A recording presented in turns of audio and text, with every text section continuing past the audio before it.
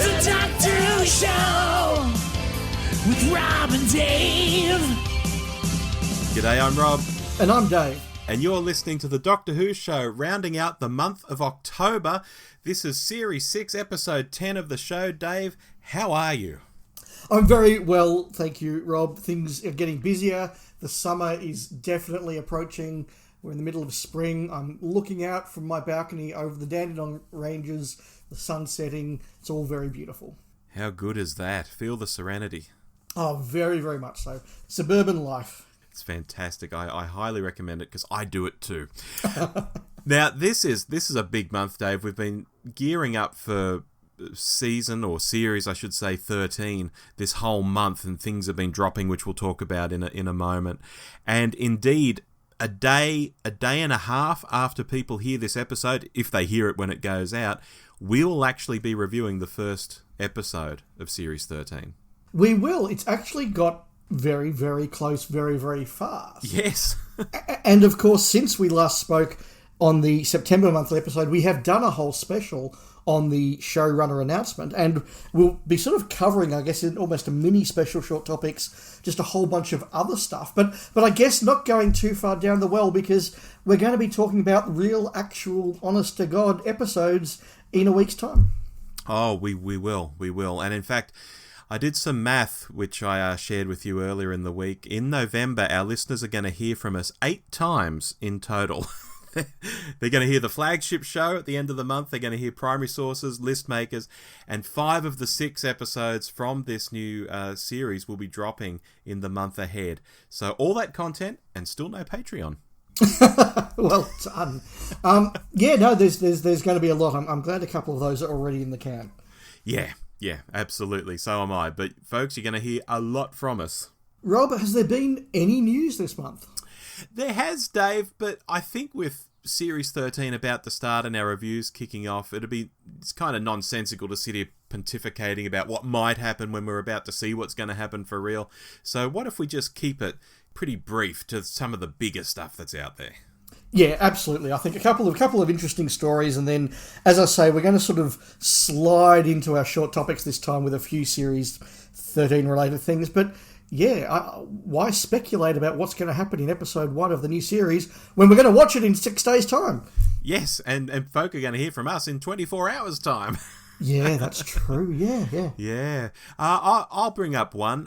Michael Sheen, who I think I put him at number 1 when we did 14 for 14 as my pick for the Doctor, is really narrowing in the odds. Now, the odds don't always mean everything, but at some point, when the odds start to really shift in someone's favour, it's sometimes a sign that something is happening. And he is, I think, about 6-4 on at the moment. He is shockingly low odds to be the 14th Doctor. Yeah, I'm always interested about the way that the betting odds go, because generally speaking, bookies have no inside knowledge about politics or casting or anything like that. They simply follow the money, and the money follows polls and received wisdom. So if everybody's talking about Michael Sheen and putting on a sly few dollars or a sly few pounds, the bookies are like, oh, well, that's where the money goes, we'll lower the odds. And suddenly it almost becomes a self-fulfilling prophecy on the back of nothing. But on the other hand, I'm very confident that Tennant, Capaldi and Whittaker all became very, very short odds in the approach to their announcement. Yes, they did. And people are speculating that we'll probably get the 14th Doctor announcement at the end of this series, as sort of, deferring to Whittaker, letting her have her final full series before they announce it. But if it's out there, could it drop during the series? Who knows? Yes, they've actually been very good under the Chibnall era at keeping secrets. So it's not like RTD particularly, where the moment a contract was casted, it was sort of everybody knew. So look, it is possible that they have been cast and they're just holding off, but the more people who know, the more speculation that is going to come around. On the other hand, I did notice that Will Poulter, who's been one of my long-standing picks as a potential future Doctor, has just landed a role in an upcoming Marvel gig, and I don't know whether that makes him more likely to be the Doctor because his sort of window of notoriety and popularity is bigger, or does getting cast in a Marvel role mean that he is now too popular and too well known to get the Doctor. I'm not quite sure how that goes. Yeah, I think that might blow him out of the water. And you know what? I'm going to toss in another to our list of 14 for 14, which has grown to about 21 for 14, I think, if we count them all at the moment. And that's Jessica Hines. I've got a feeling about Jessica Hines in my water at the moment. Yeah, look, there's a few names coming out there, but nothing really with any substance behind them. It's all just vibe and feel at the moment. So we'll see how that goes. But I think that as the end of the Whittaker era gets closer, that speculation will ramp up and the bookies will also play a role. Oh, for sure. So keep an eye on them, folks. Absolutely. A little article here from Den of Geek that crossed our desks and we thought we'd mention is an article about Chibnall saying how hard it was to find the next showrunner. And there's a particular paragraph here I'll just read out because I think it sort of sums it all up. During a recent press conference promoting the upcoming Season 13 premiere, current showrunner Chris Chibnall answered some questions about passing the baton on to Davies, saying, "I've been throwing batons at people for about a year now, and finally someone's picked it up." And I don't know about you, Rob, but I just thought this was a very extraordinary thing for Chibnall to say, because it makes it sound like the process for hiring a new showrunner for the series is literally Chris Chibnall down the pub maybe with a couple of mates from the BBC and sort of after the second or third drink just... Mate, do you like want the job? Like there's a job going in the office, and I could get you an interview. It's really weird. It reads really badly, and you think, well, Chibnall can't possibly have meant it the way it's coming across. But then you stop and think, this dude is a writer. This guy understands what words mean. How can he be saying this without knowing how this is coming across? Because it's coming across like the job's a poison chalice that no one wants. I was throwing the offers out left, right and centre. No one would take them.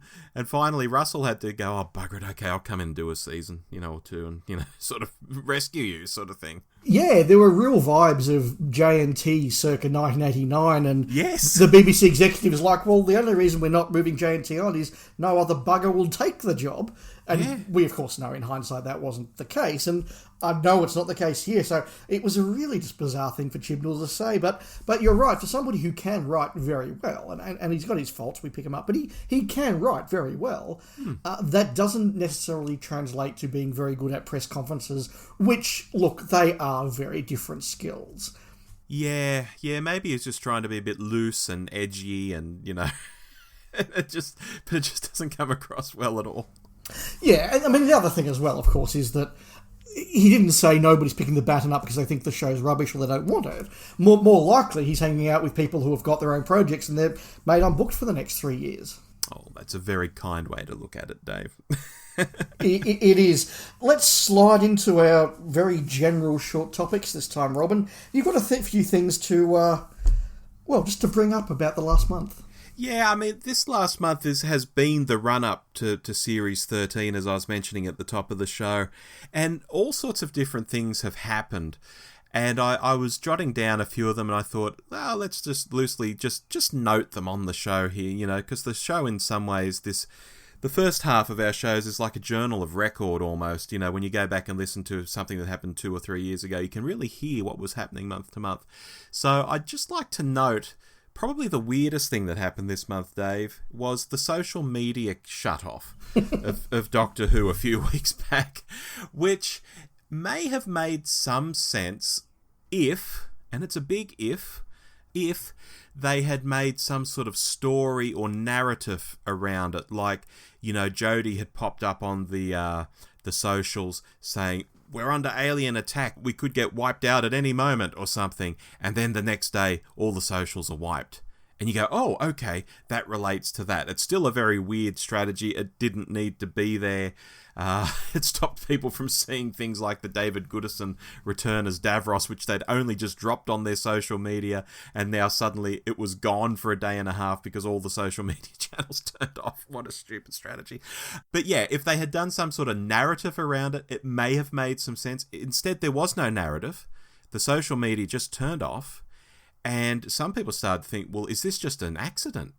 And I don't think it could be, because it was all the social media channels, which would be under different passwords. They're on different platforms, etc., etc. So I don't think they were hacked. I don't think it was anything like that. They deliberately turned these off.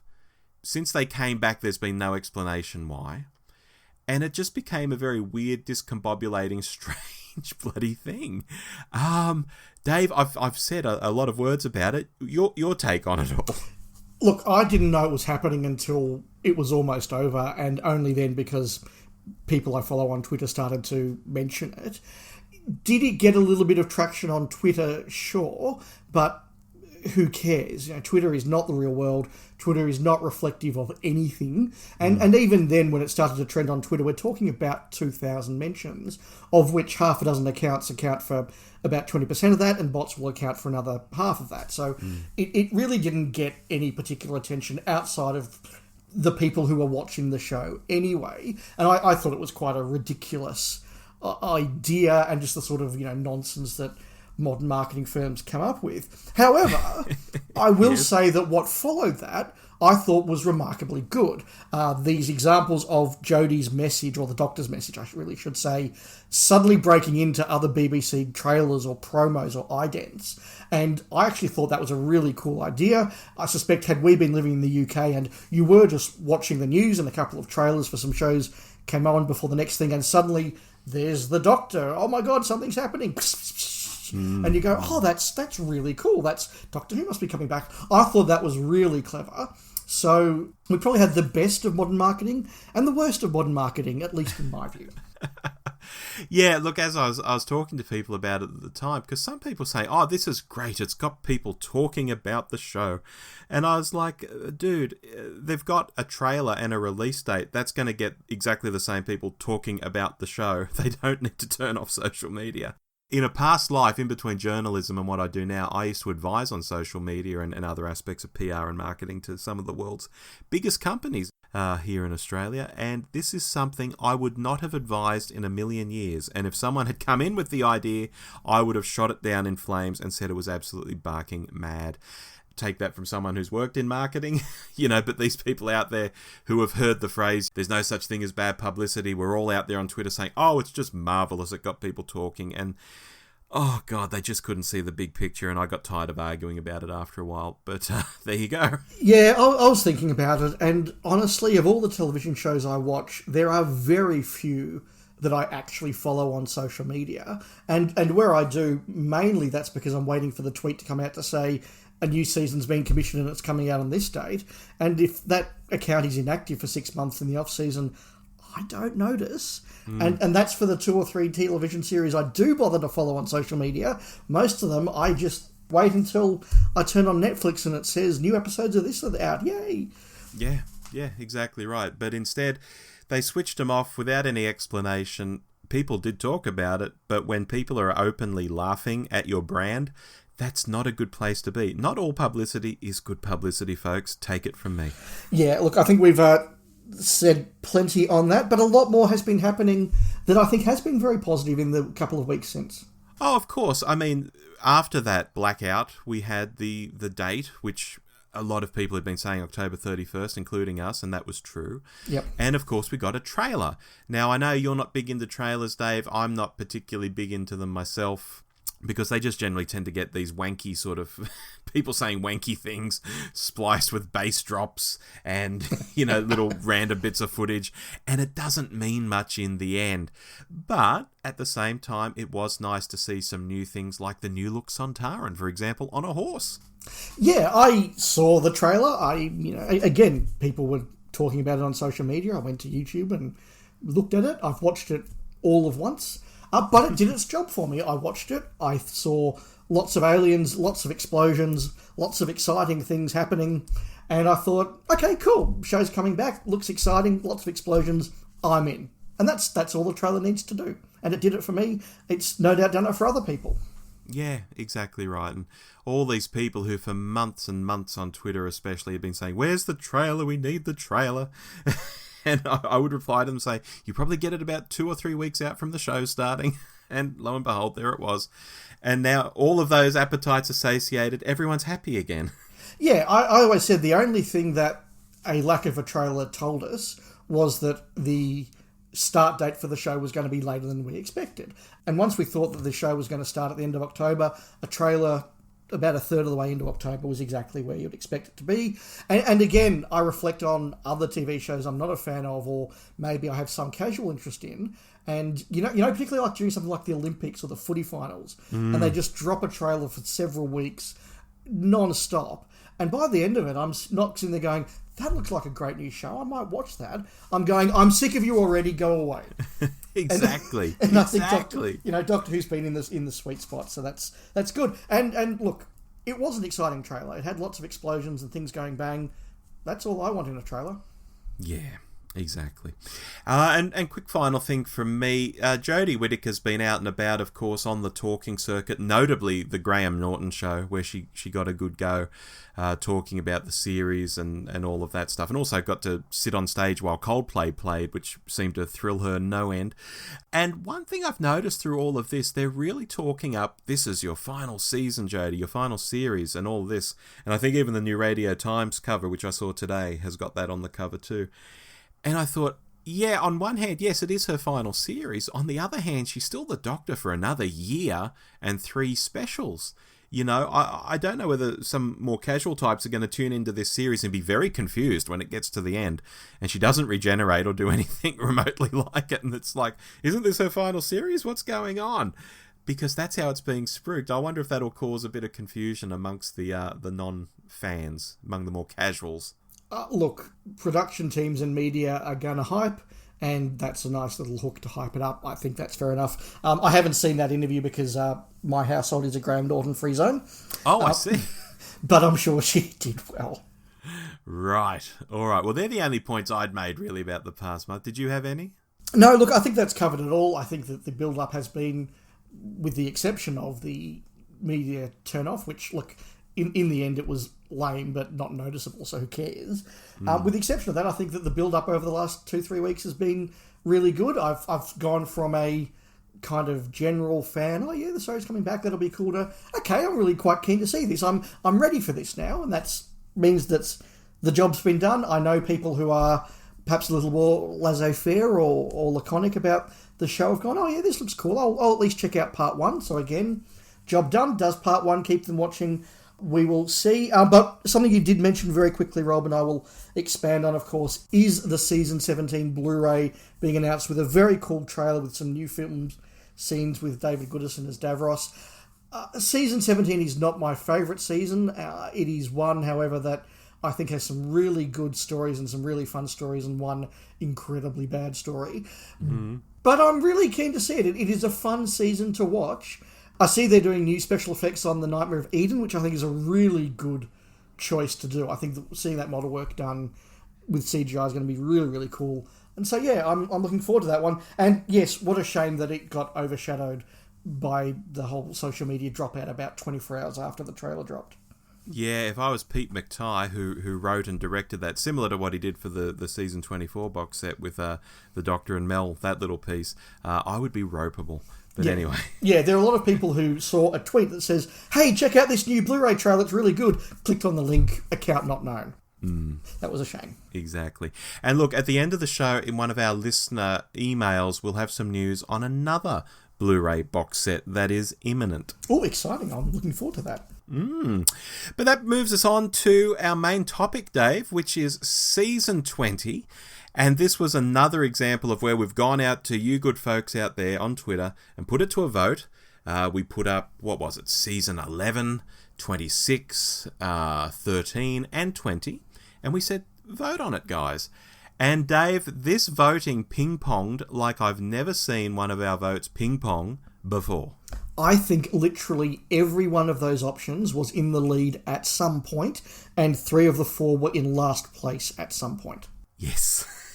Extraordinary. It was extraordinary, and it ended up being a very tight vote. There's about 7 points between the 4 of them.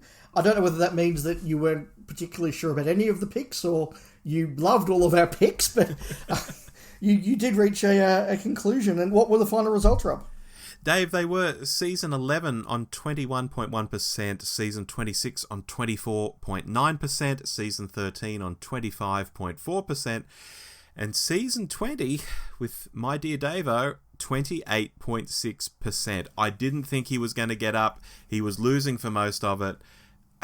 What happened? I don't know. No, Davo did make a late run, and that's cool because there is a lot to talk about with season 20, and I'm really excited to chat. Yeah, look, I might kick off then. People know I'm a big Davison fan, and so I'm trying to speak as unbiasedly as I can. And I think from what I'm about to say, you'll see that I'm being quite unbiased. I think this is a season that it's fair to say is the weakest Davison season. It's actually the reason I put it up for the vote, because I think discussions can be more interesting when something is a bit odd or contentious, rather than, oh, gee, that's a great story, and oh, gee, that's another great story, which can be the case with some seasons that have just, great story after great story. When I think of watching some Davo on a Saturday afternoon, I will watch Black Orchid or The Awakening before I watch King's Demons. Or I'll want to watch Earthshock or Caves of Androzani before I want to watch Mawdryn Undead, and so on and so forth. There's really nothing in season 20, even its best stories, that I actually desire to watch ahead of much of Davo's other 2 seasons. And that's a pretty damning thing to say, I know. But is it the whole story? I guess that's what we'll find out tonight. Yeah, I remember we had this discussion when we did our Davo special several years ago now. I think we both had season 21 as the best Davo, and by quite a margin. But I had this as the second, and you had season 19 as the second. Yes. And I do think that holds up by a very narrow margin. I think that overall this is a more even season and a better made season than season 19, even though perhaps the highs of season 19 are higher than anything in season 20. That's something I definitely will be talking about, particularly when I look back at the letter grades that I've given this season. Look, I've got a couple of points to make. I'll make the first one before I throw back to you, Rob. Sure. This is the first season of Doctor Who I have any memory of watching. And that is being, I reckon, about 4. I would have been watching it because Dad was watching it and I was obviously sitting next to him on the couch, being minded in the way that parents do. And I can remember the location shots from Mawdryn Undead of the school. I can remember a strange young man fiddling with a colourful candy-striped box as a scary gruff man stood behind him being scary and gruff. I can remember a cool silver ball and going inside this wonderful, bigger than on the inside than the outside spaceship. I can remember a giant crystal space station hanging in space. I can remember some of the sets of Terminus, and they're just those sort of images that you get from when you're about 4 of memories. But I absolutely have memories of watching this go out on my dad's knee. Did you remember those spray-painted walls in Terminus? They sort of stuck with me as a kid. No, I remember the big yellow and black line that you weren't allowed to cross. Oh, okay. Because I think even at the age of 4, you get this idea of, that's a bad line to cross. It's a big yellow line, don't cross it. But of course, I probably didn't see every episode. I probably was in the bath for some, or would have been sent to bed for some, and Dad would have been working shifts, so he probably wasn't home for some, and watched them on tape. For example, I know my dad was working night shift when episode 3 of Terminus went out, because we did have that on VHS. I grew up with that. So yeah, that's my my earliest memories of this. So Rob, do you have any other general points to make? Because I've got one more before we dive in. No, Dave, the floor is yours. Okay, thank you. I really noticed with this season, and I'm putting it up the front here because I want to tease this out as we watch it again. I think it's really interesting to look at where the show was production-wise when this season was made. On the one hand, you've got John Nathan Turner doing his 3rd year of the show, and if you count his 3 years as a production unit manager, basically a deputy producer, it's actually his 6th year producing Doctor Who in some form. And I think that the initial energy and innovation that he brought to season 18 particularly, and then to season 19 with Davo's first year, is lacking in this one. And you can kind of see, as many people who get to the 3rd year of a job know, by the 3rd year you sort of know what you're doing and you're not quite as desperate to do it in a new and innovative way. Yes. Contrasted with that, Eric Saywood is basically doing his first full year as a script editor, and look, he started in season 19 with that. Wasn't much more than, hey, Eric, we've commissioned this story called Time Flight. Could you check the punctuation before we photocopy it? Like that's all he's really done for script editing. And so you've got a producer and a production team who kind of know what they're doing, and they're running on muscle memory a bit, with a script editor who doesn't quite know what he's doing coming together. And I think where you really see that is with the music. When they went to the BBC Radiophonic Workshop to do the electronic music for Who, I've said before, season 18, there is some wonderful, exciting, innovative stuff. You think about Full Circle and State of Decay and Keeper of Truck, and they all have really big, unique themes and songs and all the rest of it. The music for this season feels very it'll do, with the exception of one story, maybe.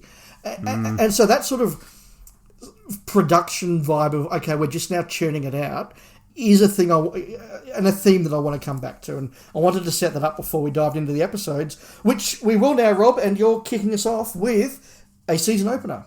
Yes, Arc of Infinity. Arc of Infinity. The first thing I was struck by on rewatch, because like you, I rewatched everything before recording tonight, was how much of this is set on Gallifrey.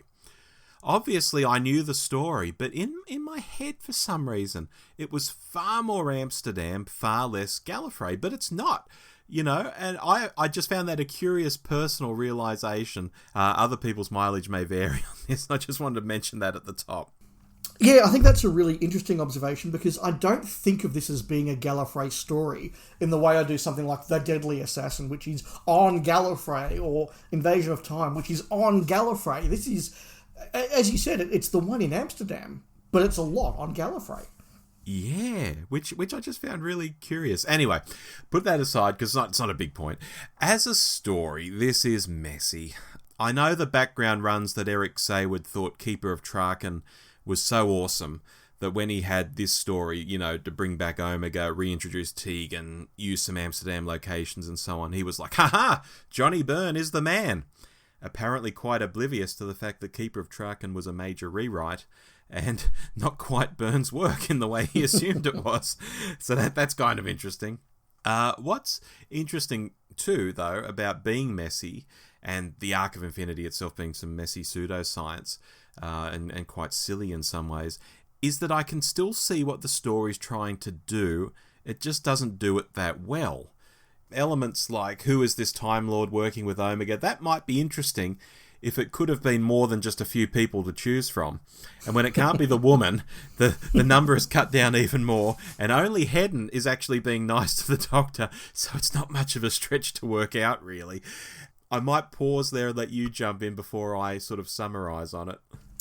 I don't disagree with anything you've said, but I think I'm a little more well disposed to the Arc of Infinity than you are. I'm quite fond of it for all its faults, but I do agree there is this sense of it could have been better, but It is still a good story. It's got twists, it's got action beats, it's got location footage.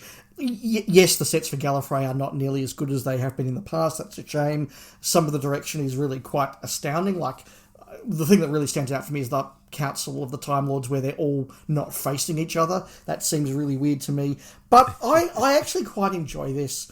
I like the Amsterdam setting, and I think people, because Amsterdam isn't quite as an iconic and well-visited city as Paris, don't appreciate that the running around Amsterdam scenes in Part 4 are exactly the Amsterdam versions of what the scenes in Paris are, where the Doctor and Lala get back to the TARDIS via every landmark in Paris. You walk around Amsterdam and you go, oh, that's that, well, that's that bit, that's that bit. It really is there. Yeah, I did joke about it having Doctor Who's first on-screen gay couple, but I won't dwell on that. Because, of course, the Mask of Mandragora did have the first, so it wasn't the first, it was the second. There you go. I went further with that than I meant to. It does have a little bit too much fan wank for its own good. As somebody has once said, the cliffhanger, Omega controls the Matrix, for the average viewer is, who's done what now? Yeah. I get that, but as I am a fan, this is 30 years old, and when I watch it, I enjoy it. Yeah, I mean, to pick up on that point, we're 10 years on from the Three Doctors. How many fans have come on board since then and not seen any repeats of anything, Yes. let alone the three doctors to really know about Omega. How many have seen The Deadly Assassin and really have an insight into the Matrix? So I totally get what you're saying there. It assumes a lot of knowledge. Yeah, it does. And it also throws in what people might think is assumed knowledge. So when he's doing the old, Hedden, my old friend, there'll be fans in there going, oh, which story was Hedden in? Have I missed this? Yeah. Yeah, so look, that is a fault of it, but when I sat down and watched this, I enjoyed it. Yeah, look, the final note I've made here is all up. It's not appalling by any stretch of the imagination. It's just not great. It's a bit messy and a bit basic. And I'm not giving letters, I'm giving actual numbers tonight, Dave. And Yep. I would throw a 6 out of 10 at it. Fair enough. The final point I'll make is how good is Davo with just Nissa? True, very true. I like that. I enjoyed it for all its faults. I'm giving it a B. Okay, well, I don't think we're too far away from each other. No, I'm probably a little bit more generous than you, Yeah. but that's okay. Yeah. We might be a bit further apart on the next one, Rob. Well, let's see. Let's see. So, look, I'll kick us off on Snakedance. I don't get Snakedance. I know that this is a story loved by many fans. A lot of fans have this as their top, or at least top 3-4 Davo story. I don't get it. I watched this again for the first time in probably since the 50th anniversary when I was doing panels with Richard for the local club on each year of the show. So, yeah, we're talking 7-8 years since I've watched this. And I was utterly bored by a bunch of very bland characters walking around a bunch of very pastel-coloured sets, not really doing anything. And Tegan, because she's had a bit of a rough night and didn't sleep too well, suddenly regresses to the age of 4 because she's wearing a Walkman and screams at toy snakes and what's going on? And then it sort of ended because some hippie dude on film with a bit of sand thrown on the studio set, I don't know, did something. Oh, Dave. I've set you up there, Rob. Slap me down. Agree with me. Where are you going? You have set me up very well. Because I'd forgotten how good the world building is in Snakedance. It really hit home for me in the scene where the jester is capering around in the market square and he taps the doctor with a maraca. And it's explained to the doctor that, that maraca has transferred some evil spirits and now he has to give a coin to keep the evil spirits away, but Davo doesn't have a coin, so the guy pays for him and all this. And I'm thinking, what a wonderful little bit of local colour and mythology they've just worked into that, that 2-minute scene there. Wonderful. However, here's where I might agree with you a little. The ideas outstrip the studio-bound filming quite a lot. We have all these great ideas like colourful bazaars, like they're, in Morocco or something. And we have the doctor out on this desert plain meeting the wise man, or as you call him, the hippie, I guess. And they share a snake bite. Like the dude grabs a snake. Unfortunately, it's just some little carpet snake or grass snake. And then he pushes a rubber one onto his wrist. To be fair, for UK listeners, that's probably a very big snake. Well, yeah, true. True. To us, it's more worm-like. It's tiny. Yeah. And they share this snake bite. And I was sitting there thinking, in modern Doctor Who, this sort of stuff would look dead set amazing because they could probably be in a real bazaar and that would look great. And when he gets out on the desert plain, it'd probably be a real desert. And the snake, they could probably make really realistic and, them passing the snake between each other and we're both going to get bit by this snake and then have this spiritual experience. There'd be music and all sorts. And it would probably be absolutely, I'm not exaggerating here, I think it would be absolutely epic if this was made with modern TV abilities. Yep, I absolutely agree. It would be vastly benefited by a better production, absolutely. Yeah, so I see what the story is doing, but I do note that the ideas just outstrip the way it's had to be filmed. What I will say, though, is even though it's a sequel to Kinder, I think it's a clever sequel. We're somewhere else entirely. We're not back on Diva Loca. We're in this new place which has its whole other mythology around the Mara. We've got Martin Clunes, who I think needs to be mentioned here. He's still a young man here, but he goes head-to-head with Davo and just holds his own so easily. You can see he's going to become a great actor one day. I know hindsight is 20/20, but you can just tell watching this, he is very, very good. So yeah, I think it's actually a really good story, but just can't be realised as well as it deserves to be. And it is hard to accurately score because of that, but I would throw a 7.5 out of 10 at it for mine. Yeah, look, what you've said is very fair and reasonable. I will say that as I watched it again, that world building and the entomology of the name of the planet and the history is a strength of the story, and that did raise my score a bit as I went on. And I also want to make a general point here, Rob, that one thing that I've learned about Davo as I've gone back and watched his era, having not really watched a lot of it when I was younger, is that even a story I'm not enjoying, like Snakedance, which I didn't enjoy, Davo is giving 100% and he's very, very capable. And I really did appreciate in the weaker stories in this season just how good Davo is. I wanted to make that point.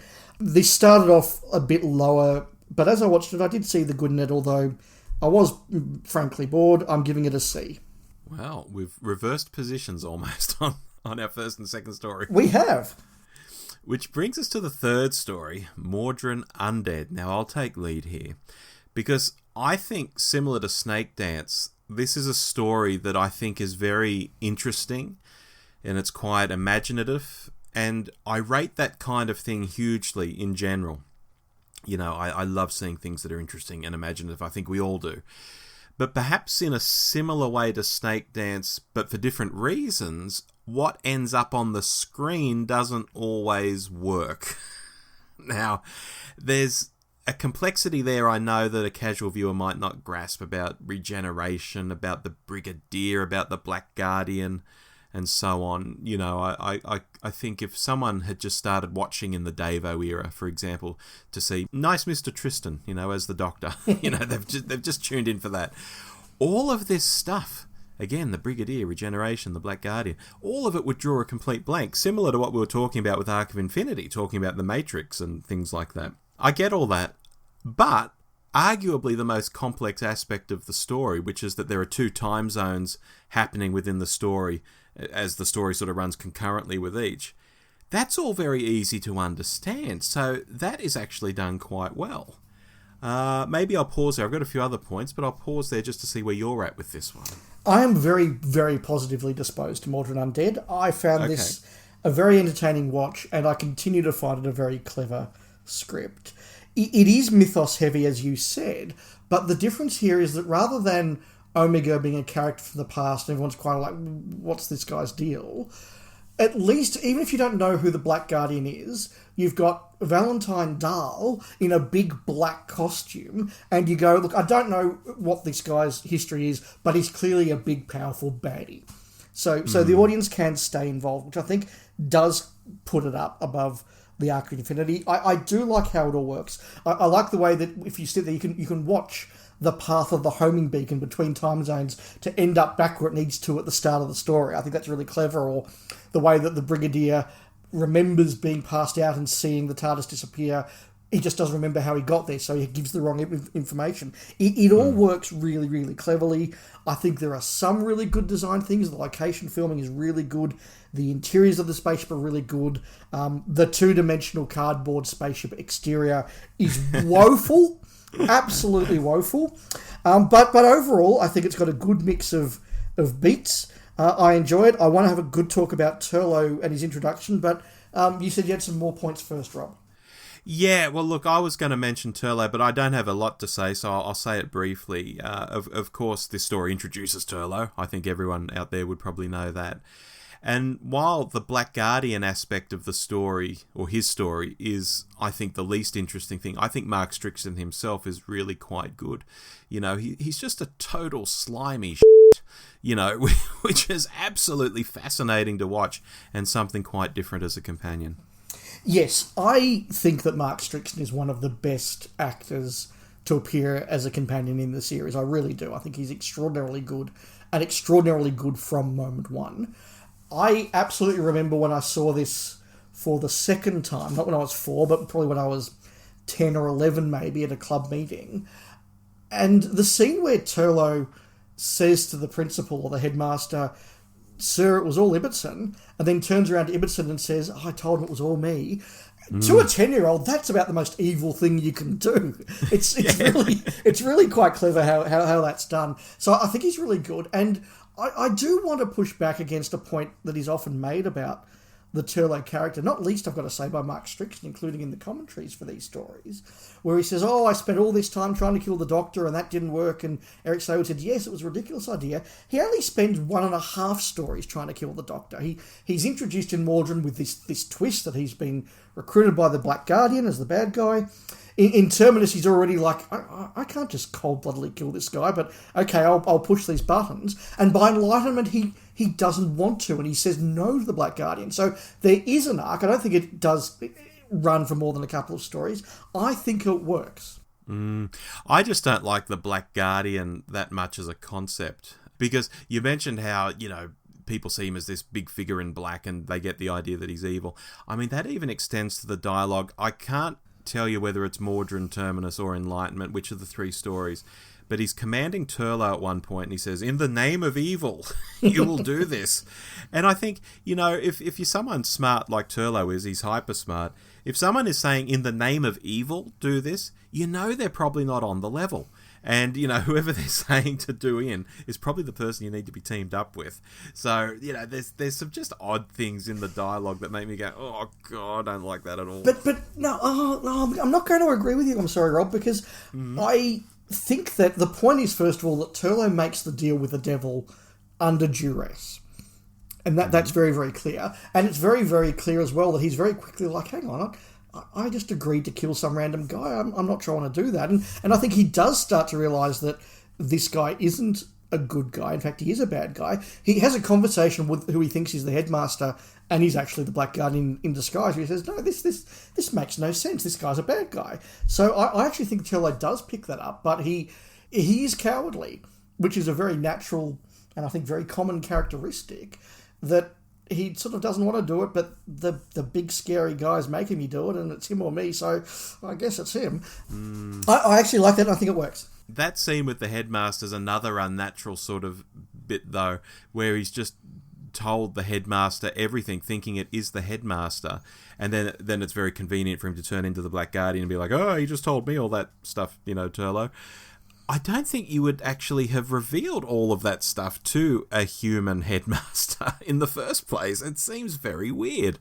If Turlo was a human himself, I would agree with you. But again, the wonderful thing about the character is he is very clearly from the start not human, and we don't know quite where he's from, but we know he's not from here.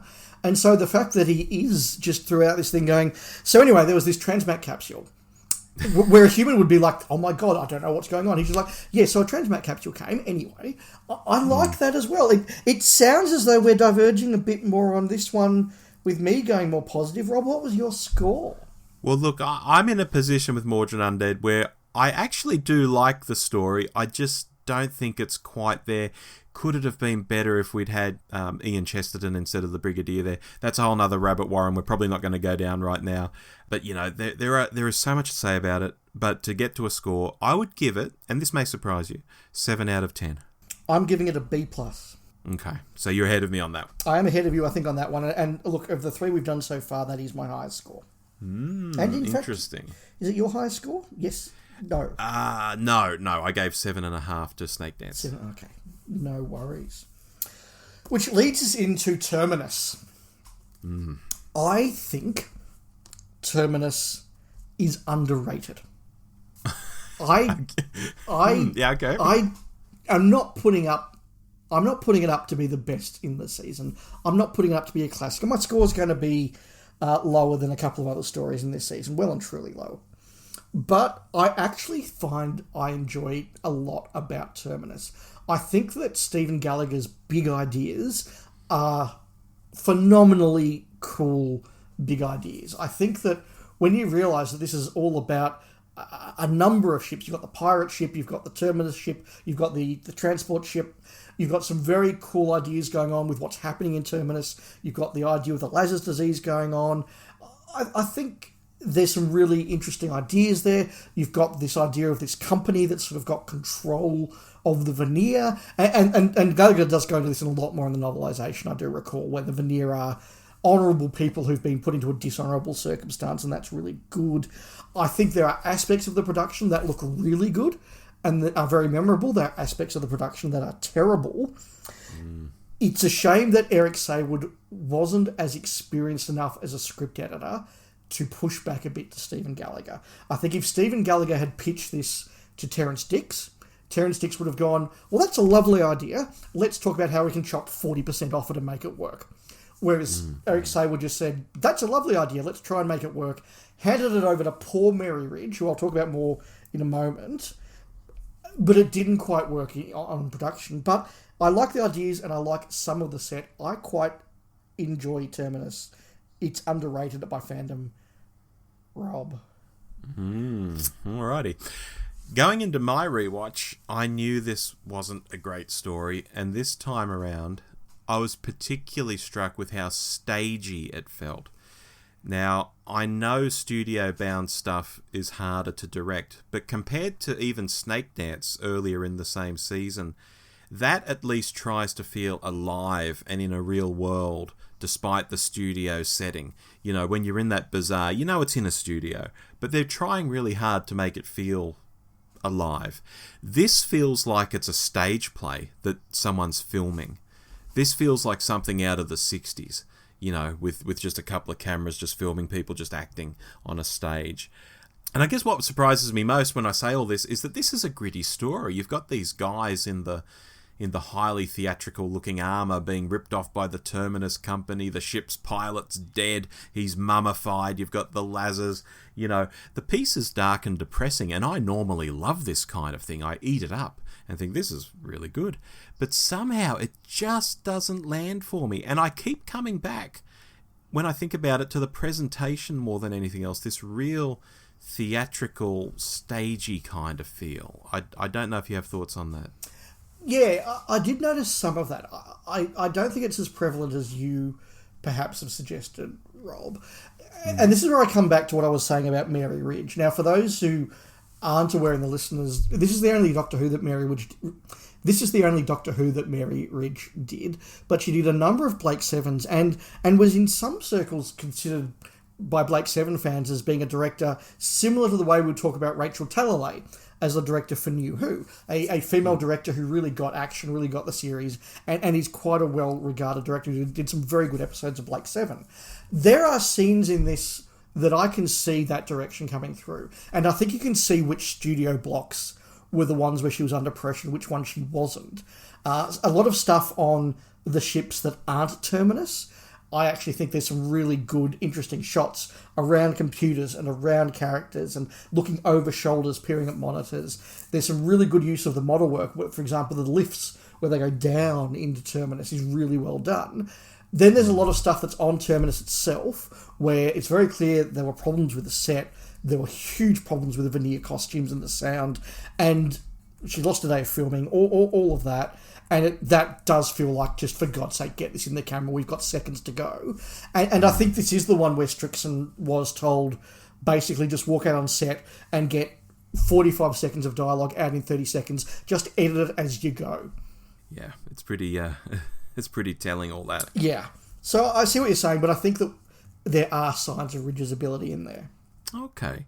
Now, we should talk about Nyssa here, because this is Nyssa's departure, which really doesn't work for me in this. I've got to say, you know, I get that she has the skills that can help these people, but bigger picture, I never thought she'd lock herself away like this. It seems a little odd, but I do love the, you know, like you, I'm indestructible line to Tegan. It's that kind of sad bravado people do in the face of death. And it's not that she's going to die anytime soon, but she is going to probably stay on Terminus and die.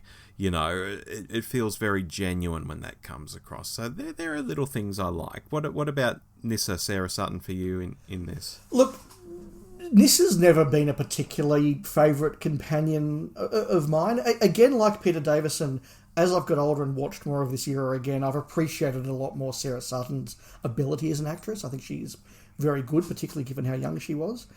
But I never really sort of engaged with her in any particular way or level.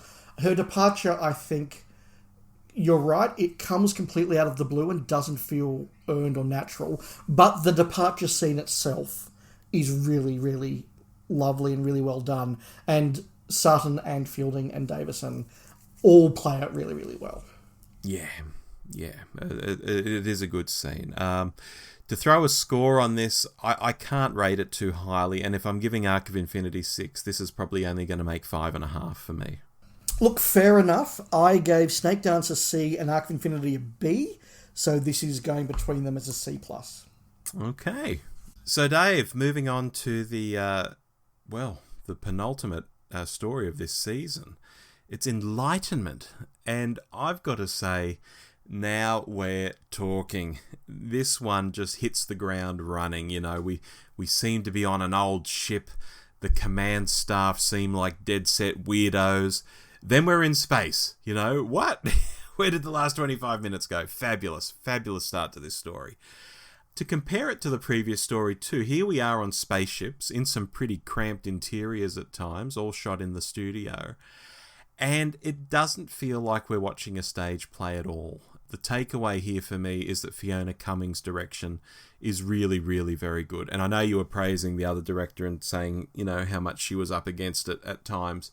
But I think Fiona Cumming here is just wonderful. Now, I have other points, but maybe I'll stop there. I agree that Enlightenment is certainly one of the better stories of the season. I don't think that it's the head and shoulders above the other standout classic that perhaps some people do. But it is very, very good, and for the reasons you've said. That first episode and the cliffhanger is very, very strong. The direction is really, really good. And it's both the way that Fiona Cumming has got the designer to work with her, the lighting director to work with her, the model people to work with her. I think that it all comes together very well, and she is a very talented director. My fault with this story is it does, in my view, and I really noticed this watching it back for this podcast, it does lurch between stuff happening for the sake of being weird to people talking to stuff happening that makes no sense to people talking. And it lacks, I think, a certain number of action beats and a certain amount of excitement. And it does feel very built around some set-piece moments, which are very cool set-piece moments and very well-executed set-piece moments. But I don't think the story in this one is as strong as it perhaps could be, and I find it therefore a little bit hard to judge. More points coming, but back to you for a bit. Yeah, well, look, I think the main thing here are the Eternals, and I think they're really interesting. I mean, The Davison Doctor describes them as parasitic. Maybe they are a bit boring and a bit not so action-oriented, you know? Maybe this story suits them. They are odd. You know, the crew of the Shadow aren't hostile to our heroes at all, but they're creepy and they're controlling, and their adversaries on the other ships are, of course, dangerous, especially Rack, you know, taking everyone out throughout the course of the race. I guess for me, the whole Black Guardian thing continues, but thankfully ends here. And I note that when the White Guardian arrives, he's not well explained either, similar to how the Black Guardian wasn't well explained back in Mawdryn Undead. It assumes some knowledge, which I guess J&T and the team assumed viewers would have, but I'm not so sure. I mean, the Key to Time season was 1978, I think. This is 83. That's like half a decade since we last saw these dudes. We're sort of in that territory again, but I do think the story is a good one. Yeah, look, it is a good one, and you're right, the Eternals are a really good concept. The way that Mariner works, and some of the really creepy underlying ideas about the way that he invades Tegan psychologically, there's some real undertones there that I think are very powerful and very effectively done. I think that one thing I've really noticed when I watch this one is that on the Shadow you've got these very creepy, understated Eternals in the Captain and Mariner. And you've set this concept of the Eternals up in that really effective and interesting way. You then go to the Buccaneer and you've got Captain Rack and you've got Lee John and everybody's sort of jolly and fun, and you go, how are these the same thing. And I think that, and Linda Barron played it differently when she's sort of feeding on the ephemerals. What a good word that is. When she's feeding on the ephemerals, she is Captain Rack. And then when she's alone, she's back to being an Eternal. I think that would have been a really interesting continuation of the concept. Maybe it's just because you've got Linda Barron and you just go, well, hey, let's just be fun and entertaining and have her just yelling down the camera, you know, at the cliffhanger. Yeah. That's fun. I get it. It's fun. It just stood out for me a bit. And then you've got Lee John and you're just going, what's he doing? He can't act for nuts, that's for sure. No, he really can't. And there are many really good effects here. The model works really, really good. That stuff, though, in the grid room, what's going on? The visuals and what Mark Strickson's doing make no sense. Why do you have a room with a grid that needs and a great big... that stuff's just nonsense. Yeah, it is. Although I do remember the first time I saw it and the two bodies are ejected at the end, I thought it's got to be the Doctor and Turlough. How will they get out of this? And yet it's not, which is an interesting sort of turnaround. You think of what sort of struggle must have happened once we stopped seeing what was going on in that room. It's actually quite violent when you think about it. Yeah, and it is interesting because I noted that as well. I think it is a very well directed and produced scene in many ways.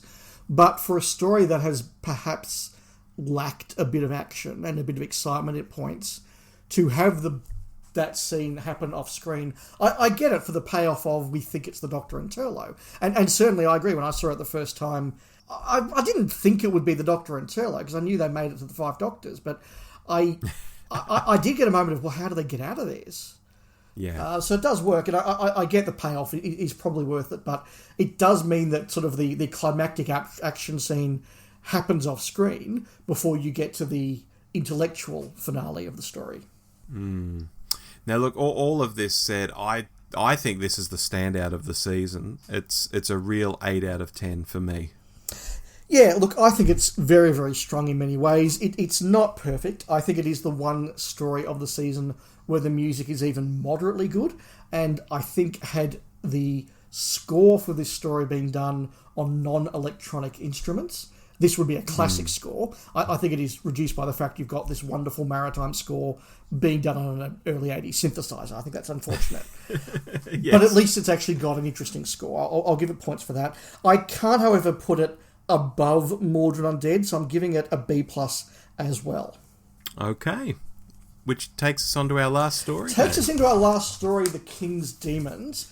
I went into The King's Demons expecting to utterly hate it. I don't have a lot of respect for any of the two-parters in the Davison era, I've got to say. And look, this has got its flaws, but I've got to say, watching it back with an open mind, it is lavishly well produced. It looks fantastic. The cast, with maybe one exception, depending on your mood, is very strong. And as a simple sit down and watch it, it works.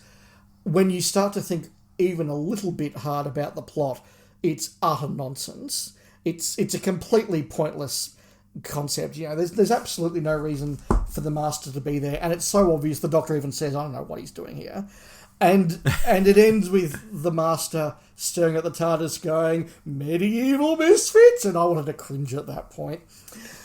So I enjoyed it more than I thought, but it is very, very, very superficial. Yeah, look, as a two-parter, I always find this is an easy thing to watch whenever I see it. I believe it's the weakest of the three Davison two-parters, though. You know, I think Awakening is the best and Black Orchid's probably second best, and all of that stuff. You've hit on something I noted down here, because I actually laughed when the plan to disrupt Magna Carta is revealed, and Davo is like, "Oh, that's kind of small time, even for the Master." You know, what a weird thing he's trying to pull off here. You know, it was a very meta sort of moment. If this was the meddling monk, though, and it was some sort of 60s pastiche, that might actually work really well. Yes, absolutely. The problem is there's actually no reason for the Master to do it. For example, in the Time Meddler, which I think is a really good comparison, when the Doctor says, "Why are you doing this?" he says, "Oh, I'm going to bring forward technology, and Earth's going to be doing a whole lot more interesting stuff a lot sooner." You go, "Okay, I get that." Here, the Master stops Magna Carta being signed, which means what? What does he get out of it? Just kicks, just Yeah, and gigs. yeah. Basically, I think Chameleon needs a mention here, Dave. We haven't got to him yet. I mean, yes, he's just a crap robot, but for the life of me, I don't know why he got sidelined when they decided that the robot was too hard to program or film or whatever it was. Just have him in some sort of humanoid form, JNT. Job done. You weren't actually stuck with the robot. It's very strange. I think Chameleon sitting in a chair looks really good. It looks like a robot. It very clearly is not a man in a costume because there are bits that are too thin to actually do it. Even compared to C-3PO, it looks much more like a robot, and I like that. I get the production issues with having it interact with people, but you're right. I mean, do what they do in Planet of Fire. Have it found in the TARDIS lying down, and 2 seconds later it turns into somebody. Lack of imagination there, but I actually do think it looks cool for all the problems it caused the production team. Yeah. In the end, all jokes aside, I guess they figured, finally we're back to 2 companions, and they just didn't want to start writing a third one in, Yes, I think that's probably the case, and that's a point we're going to, I think, bring up in our closing thoughts. I said that the cast, with one possible exception, is very, very good. Rob, what did you think of Gerald Flood? I think when he sings, he's got a kind of Metallica kind of vibe going on. Like he says, we're gonna go to war, and there's that on the end. It's very Metallica-esque, I've got to say. Look, it's an interesting performance. You certainly watch him and take notice of him. Is it a good performance, though? I'm still out to lunch on that. Yeah, I think it really is one of those performances that if you're in the right mood, you go, this is just fun. And in the wrong mood, you go, what is this guy doing? It's right in the middle of that. So I really can't pick it. But look, it's not a strong story. It falls apart. It's a wasted use of the Master. It's got some cringe moments, but it looks really good. I don't know whether it's because some money that they were going to spend on Warhead at the end of the season, when that got cancelled, was brought across to help with it, maybe. I can't give it a high score, though. It is a bit nonsense, so I'm giving it a C. Yeah, for me, this is a hard one to rate. It's possibly the hardest of the whole season to rate, actually, because it's largely inoffensive. Yes. There's a bit of location work which opens up the world a little, makes it feel a bit bigger, more interesting than just a studio. But the plot is weak, and it just ends really fast. Like, everyone just runs off in different directions, and it's over. Yeah. It's really quite bizarre at the ending. I think 5.5 is maybe on the money for this out of 10. No, fair enough. There's a couple of things I want to tease out at the end of this chat, Rob. The first thing is just how close my scores across this season were. I've got C's through to B pluses. Yeah. So I didn't see a classic in this, but neither did I see an absolute dud in this. And I compare that to season 19, where Earthshock is now an A plus and Time Flight is a D or an E plus. Yeah. Like there are real stretches in quality in season 19. Season 21 has got lots of A's and A pluses, and it ends with the twin dilemma. This is very, very even, I think. It's in that comfortable, consistent middle ground, which makes me well disposed to the season. Yeah, well, look, my scores average out, if people haven't been doing the math at home, my scores average out to 6.5. And I think that says enough, Thinking more broad... I think that's fair. I'll just say I think that's fair. Okay, good. Yeah, look, I think I've been fair with it. And I think if I was Davo with a patchy but interesting first season, I'd have been hoping that this season would have been more killer. And it's just not. It's 6.5 on average. And it's clear why he decided that season 21 would be his swan song even before he saw a single script for it, because he'd been working through all of this. Now, you mentioned Warhead a moment ago. Would any of this have been different if we'd got Warhead in season 20? I think it would.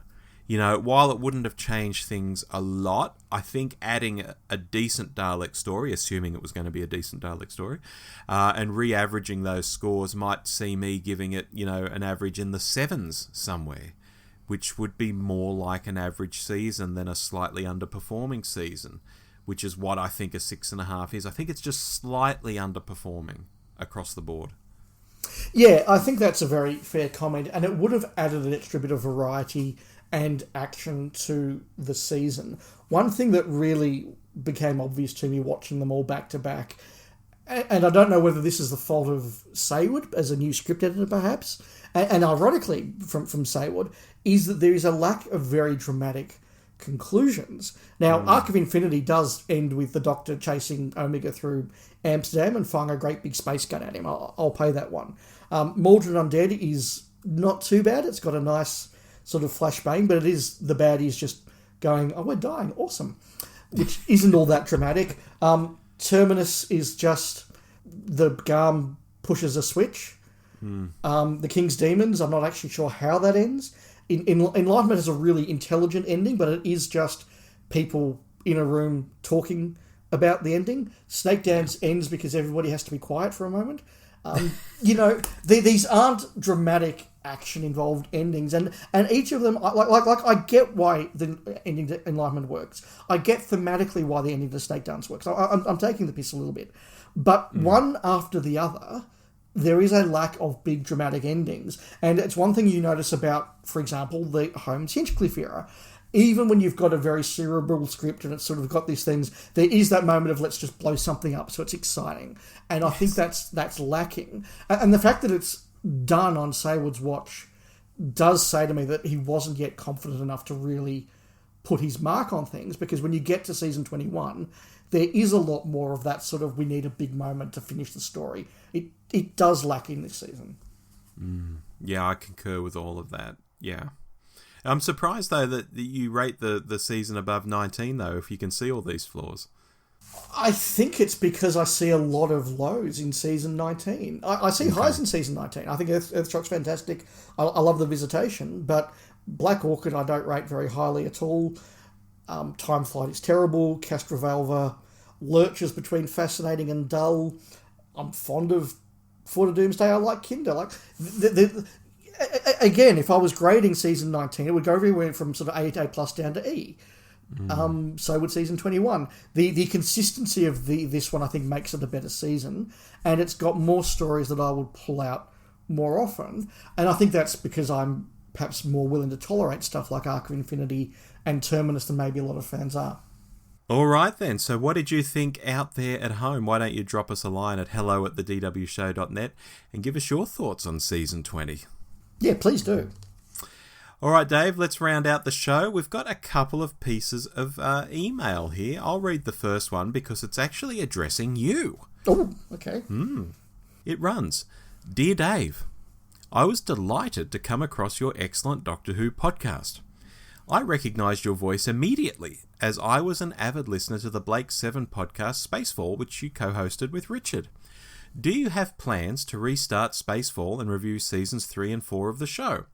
Looking forward to listening to more of the Doctor Who show. Keep up the great work with Rob. Kind regards, Eddie, Melbourne, Australia. Oh, well, thank you for that, Eddie, and I hope you're enjoying coming out of lockdown in Melbourne as much as I am.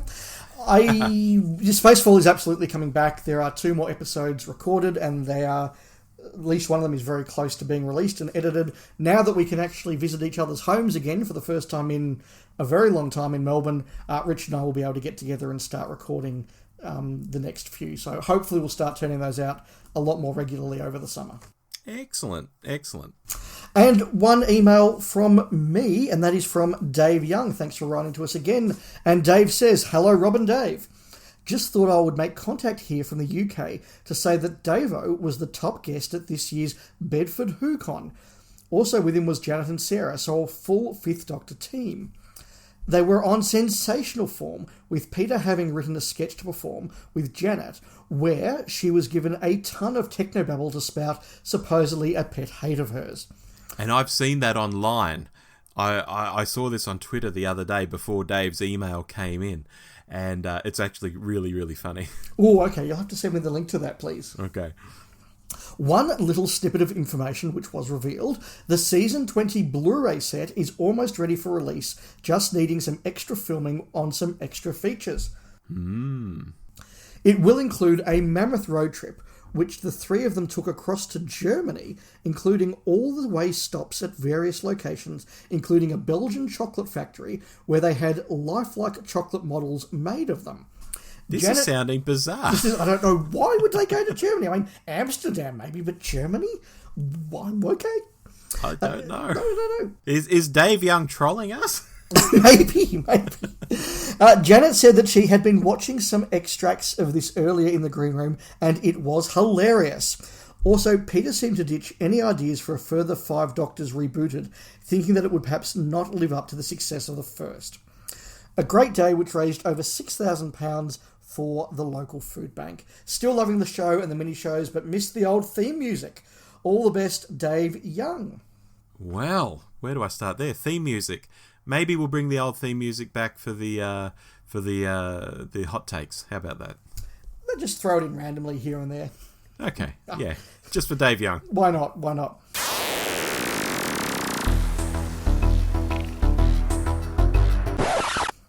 Look, that's all very interesting, and I'm very excited to see that. One comment I did make on social media when I was watching all of these stories is that whatever you think of the Davison era, love it, hate it, they are a fantastic commentary team on the DVDs.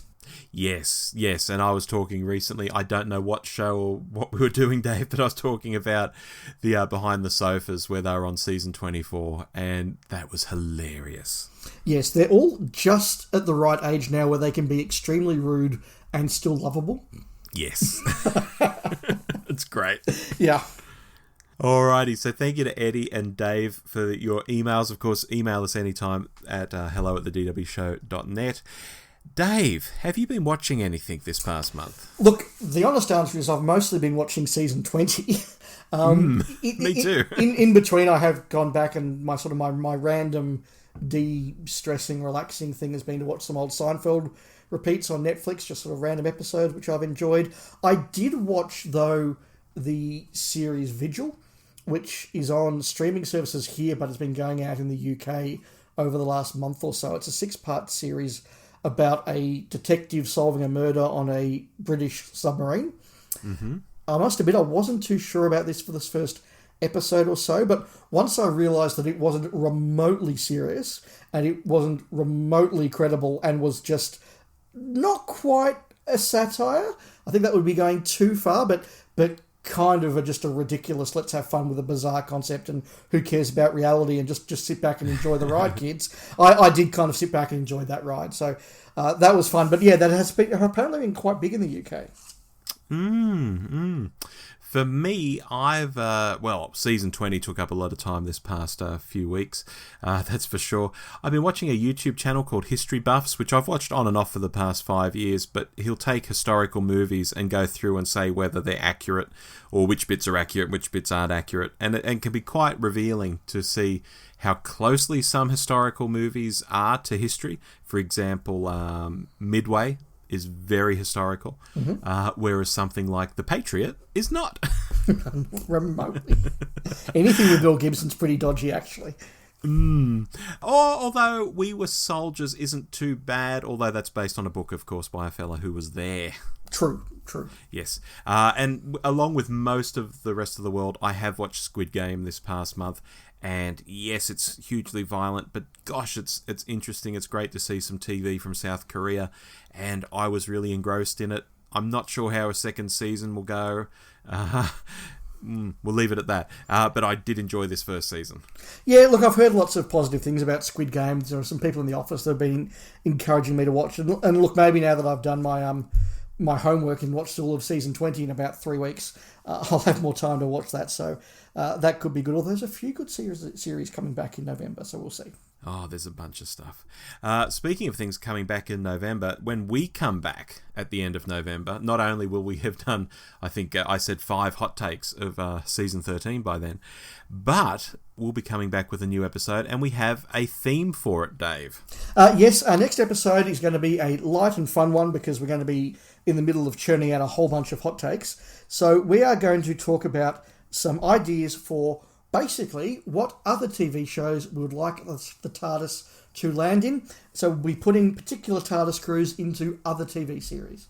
Yes, and a big shout out here to our listener Alicia Neptune on Twitter, or Latin Alice, as she is on YouTube, who once riffed on one of our shows to give her viewers on YouTube a topic, and so now we're sort of riffing on that topic she gave them. We're riffing right back on that, and we're going to take people from Doctor Who and put them in other shows. I think that's going to be a lot of fun. I think it's going to be a lot of fun and a mix in with the new series, but the new series is only, by the time you listen to this, one sleep away. Is it going to be the great big finale for Jodie Whittaker that we're all loving and all hoping for and all expecting, or will it be a damp squib game?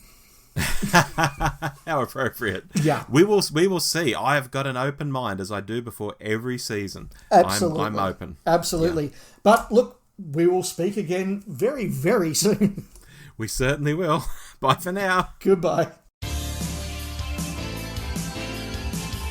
You've been listening to The Doctor Who Show with Rob and Dave. Find us online by searching for The Doctor Who Show. We also love it when you write in. Drop us a line anytime at hello@thedwshow.net.